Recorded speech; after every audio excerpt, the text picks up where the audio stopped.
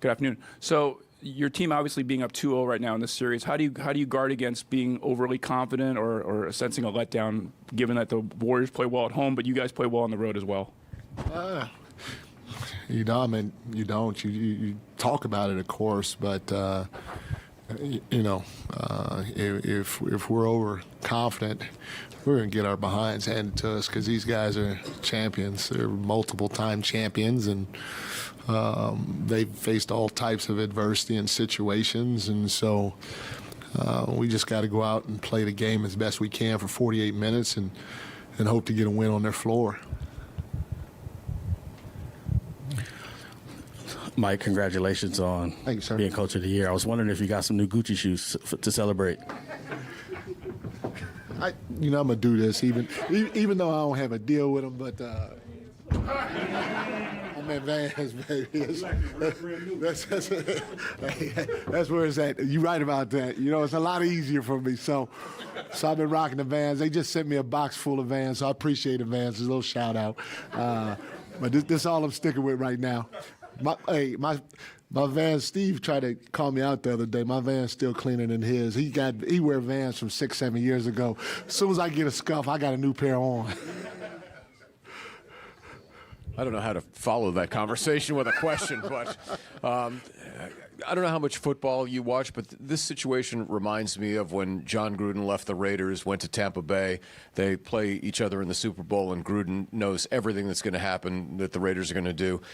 Your 6 years here, how much of an advantage does that give you knowing the way the Warriors think and act? You know, people have been saying that, and, man, I don't think it does. They know everything about us. They have a really, really great advanced scout, Scotty. He's one of the best in the league. He's been with them forever. There's staff is championship level, obviously coaching staff. I mean, their players are championship level players. They're smart as all get up.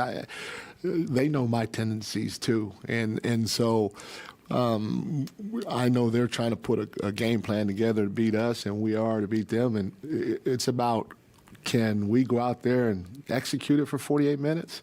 Can they go out there and execute it for 48 minutes? I think it's more that than anything else. And I've told our guys, before the playoffs even began and we didn't know who we were playing, I've been telling our guys all year, come playoff time, everybody knows everything about their opponent. And so you have to go out there and you got to execute it closer to 48 minutes than your opponent does. And that's going to give you a chance if you do that. Mike, back here. In Game 1, you used De'Aaron Fox against Steph for a huge amount of time. In Game 2, you switched up and used Davion Mitchell. What is it that you're seeing there, and how do you like the way that Davion's responded to the challenge? Well, you know, it's tough because, you know, they do a good job of moving Steph around and, you know, trying to put him on guys that aren't going to be involved in a lot of pick and rolls or coming off a lot of screens and stuff like that. So defensively, the effort that he has to give all the time isn't quite the same as when somebody's got to guard him, and then that same somebody has to score and make plays for their team. And so, as much as we can, you know, we're gonna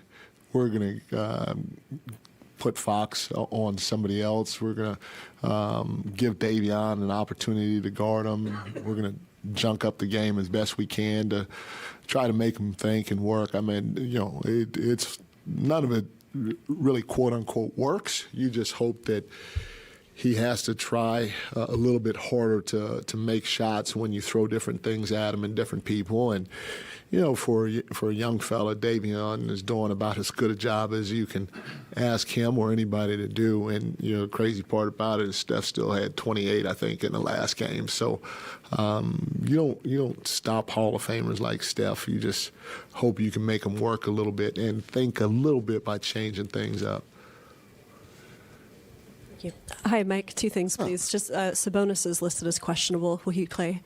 Yeah, he practiced yesterday, and so I'm assuming, I haven't talked to anybody, but I'm assuming he'll play. And then second, you know Draymond Green really well. And in the suspension announcement from the league, it said one of the factors was his history of unsportsmanlike conduct. What do you think about that history? And was that a fair thing to tack on? You got to talk to the league about that. We just here to play a game tonight. I have no idea what they're thinking or what's behind it, so you would have to ask the league that question. Mike, I think you said yesterday that you maybe expected the Warriors to play zone in this game, likely partly effective not having Draymond. Was some of that too, thinking they might go offense, they might push the button a little, Warriors might go harder with the offensive side in this game? Yeah. You know, again, you sit back and you try to guess and shoot 3/4 of the guesses that you make are wrong. But, you know, offensively, we feel they're going to probably play Jordan Poole, Wiggs, Clay, and Steph, and Loon, and then whoever else will play that fifth spot. Gary Payton may play that spot some, and just try to play fast as heck, get shots up, and you know, Steve is a guy that's a great motivator, and he's not afraid to think outside the box, and he'll tell those guys to let it fly, let it run, and turn into a track meet out there. You know, so. We did talk about that, but you know, the biggest thing for us defensively is us thinking that they're going to play a lot of zone, and you know, if they do, great. If they don't, that's fine too. We feel like we're prepared to go against or attack either one, you know, but the game still has to go be played. Mike, back here. Steve just said that every playoff game takes on a complete life of its own. How does that work in the benefit of someone like Keegan, who has had 2 games now to kind of get used to it, but hasn't really had his impact in the way that you know he's capable of being impactful? You know, it's a fresh restart for him. You know, he's a pretty confident young man, and I feel like he truly believes in his abilities. And, you know, anytime you have a tough outing, you can't wait to get back out there again. You're chomping at the bits, and you know that it's a clean slate when that jump ball goes up. So Steve is right about that, you know, for not just individuals, but for everybody that's involved, you know, and to win 4 games in any series is extremely hard, let alone the NBA champions. And so you never feel out of it when you think of it that way, and most good teams do.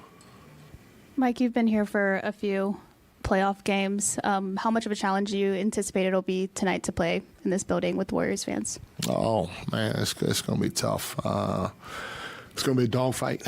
You know, the fans here are fantastic. The team's going to feed off the energy of the fans. They're going to feed off of they're going to rally behind Draymond, which they should. You know, it's going to be a great atmosphere out there, and it's going to be tough as nails to try to get a win.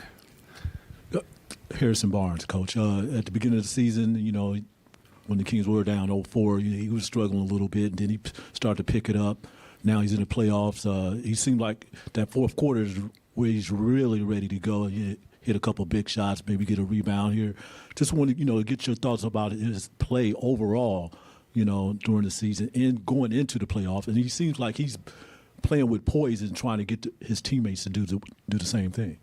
Oh, you're right. He's our vet. You know, he and Delly, they've experienced things that nobody else on the team has before, and their leadership is off the charts. And, you know, we need it because our younger leaders are growing and learning every day, but they're not quite at the levels that those 2 guys are because they haven't been through it like them. So he's of the utmost importance to us, not just on the floor, not just late in ball games, not just in big ball games, but even off the floor. And as we go about our daily, routines, to watch him handle his routine and that type of stuff is extremely beneficial for all of us, including our young guys. So I truly believe he's irreplaceable, because of the things that he brings off the floor as well as on the floor and his championship pedigree.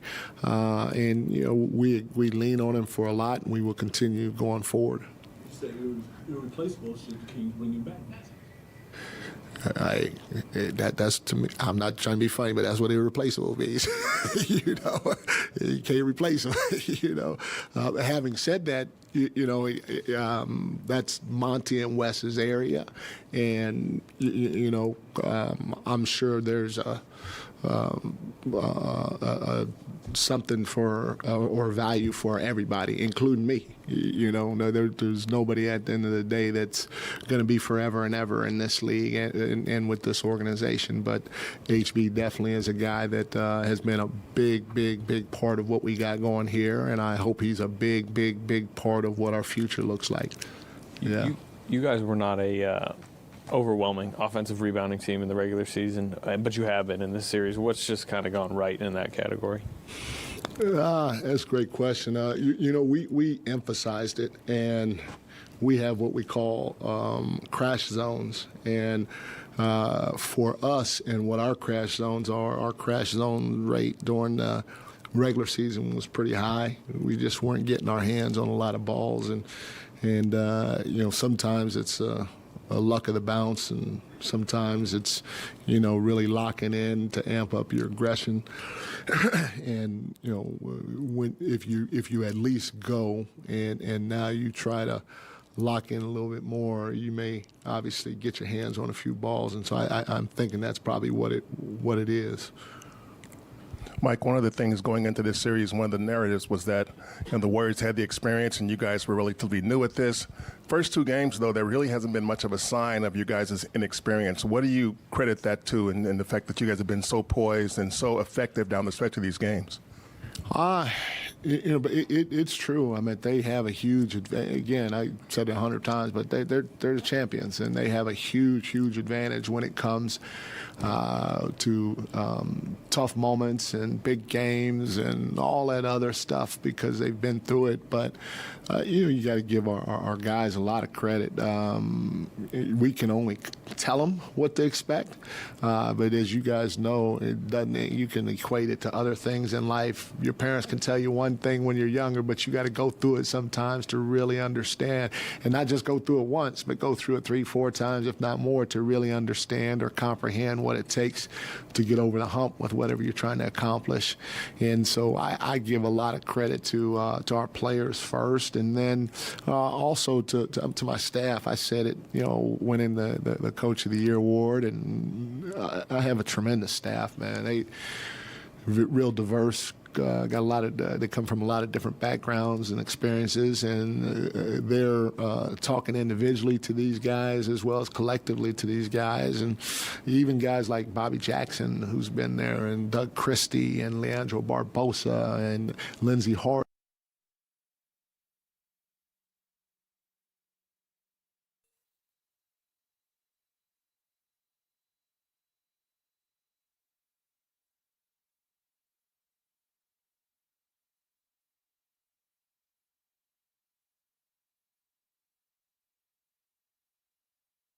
I don't even know how many minutes he's averaging, so I couldn't tell you. I'm not really even thinking about that, so I don't know what they're thinking on that.